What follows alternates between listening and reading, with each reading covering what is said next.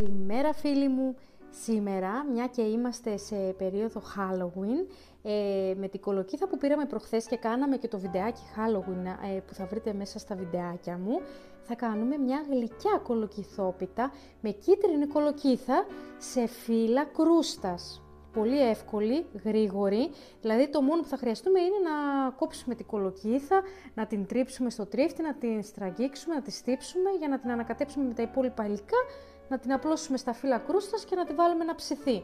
Πάμε να φτιάξουμε πρώτα την κολοκύθα. Λοιπόν, η κολοκύθα μας, η συγκεκριμένη κιόλας, για να είναι σύμφωνα και με αυτήν και όλα τα υλικά, είναι 1,136. Εμείς τώρα άμα τι κάνουμε, βγάλουμε τα κουκούτσια και αυτά, 1 κιλό θα γίνει. Μιλάμε τώρα δηλαδή για μια κολοκύθα 1 κιλού. Εντάξει, θα την κόψουμε, θα την καθαρίσουμε. Να με κόβεται κιόλας. Είναι πάρα πολύ σκληρή. Πάρα πολύ σκληρή, για να δούμε, μην κοπούμε κιόλας.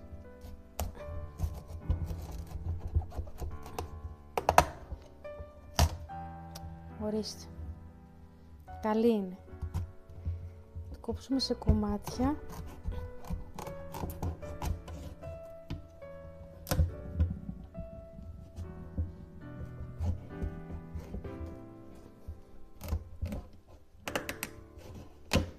Ωραία. Λοιπόν, θα την καθαρίσουμε από τα κουκούτσια της. Θα σας κάνω ένα κομματάκι και μετά θα την κάνω εγώ και θα σας τη δείξω έτοιμη. Ναι, είναι λίγο σκληρή, δεν πειράζει, έτσι είναι οι κολοκύθες. Λοιπόν, θα την καθαρίσουμε όλη, θα την τρίψω στο τρίφτη, θα τη στραγγίξω και με το μείγμα αυτό θα βάλουμε σμιγδάλι, κανέλα, ζάχαρη, σταφίδες. Μπορείτε και καρύδια τριμμένα να βάλετε ή καρυδόψυχα για να τη βάλουμε στα φύλλα κρούστας για να τη φτιάξουμε. Λοιπόν, έχουμε κάνει τα πιο πολλά κομμάτια. Τελικά ξεφλουδίζεται πολύ καλά με το εργαλείο που καθαρίζουμε τις πατάτες. Είναι πιο εύκολο από το μαχαίρι. Τις έχω καθαρίσει, είναι σε αυτό, έτσι. Και τώρα αυτές θα πάρουμε και θα τις στρίψουμε στο τρίφτη.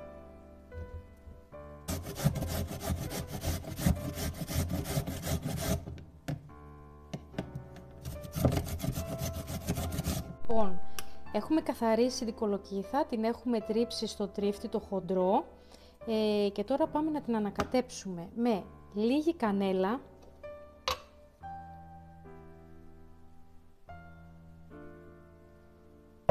ζάχαρη,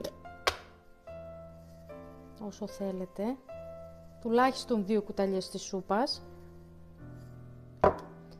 λοιπόν, λίγο σιμιγδάλι, και αυτό 2 κουταλιές της σούπας,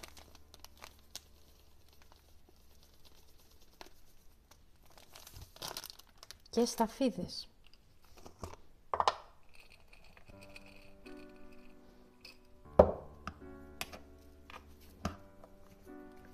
Αν έχετε και καρύδια, βάλτε και καρύδια.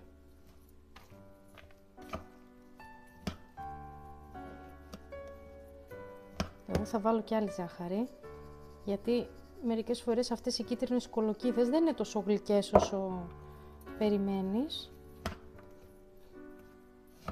Και τώρα η γέμισή μας είναι έτοιμη. Θα πάμε να ανοίξουμε τα φύλλα κρούστας για να την ετοιμάσουμε. Λοιπόν, είμαστε εδώ.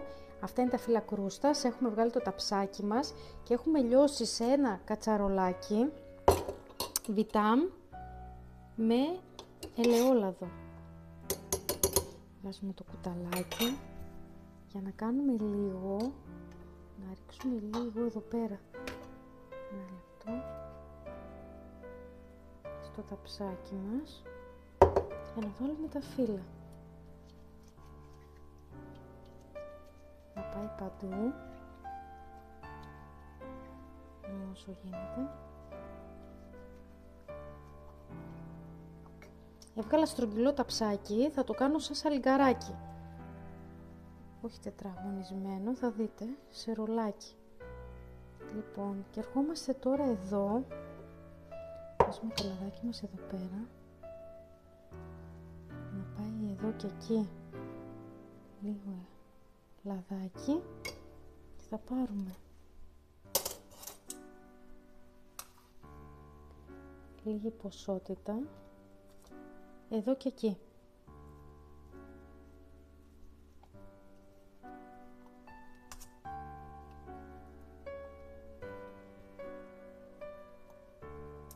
Θα πιάσουμε ένα φύλλο, θα το γυρίσουμε ρολάκι όσο μπορούμε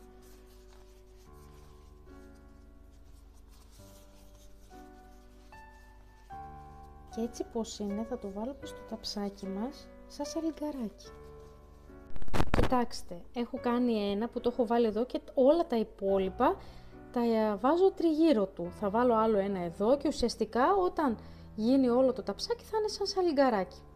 Λοιπόν, έχουμε τελειώσει, έχουμε βάλει όλα τα φύλλα κρούστας και τώρα όσο βούτυρο με λαδάκι έχει περισσέψει θα το ρίξουμε πάνω από την πιτούλα μας. Έχουμε ήδη ανοίξει και προθερμαίνουμε το φούρνο μας στους 200 βαθμούς πάνω κάτω.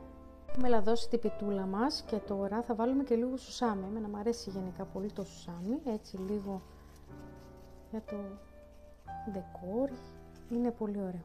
Λοιπόν, είναι έτοιμη και θα τη βάλουμε στο φούρνο να ψηθεί. Είμαστε εδώ στους 200 βαθμούς πάνω κάτω για περίπου 45 με 50 λεπτάκια.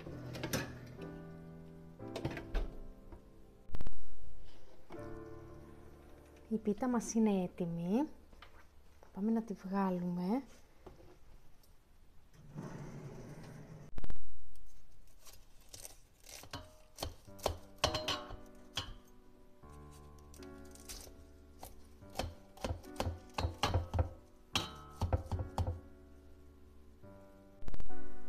Έχει γίνει η πίτα μας, θα βάλουμε και λίγο άχλη ζάχαρη από πάνω και λίγο έτσι για ντεκόρ και εδώ στην κολοκύθα, έχω κρατήσει ένα κομματάκι από την κολοκύθα και είναι έτοιμη.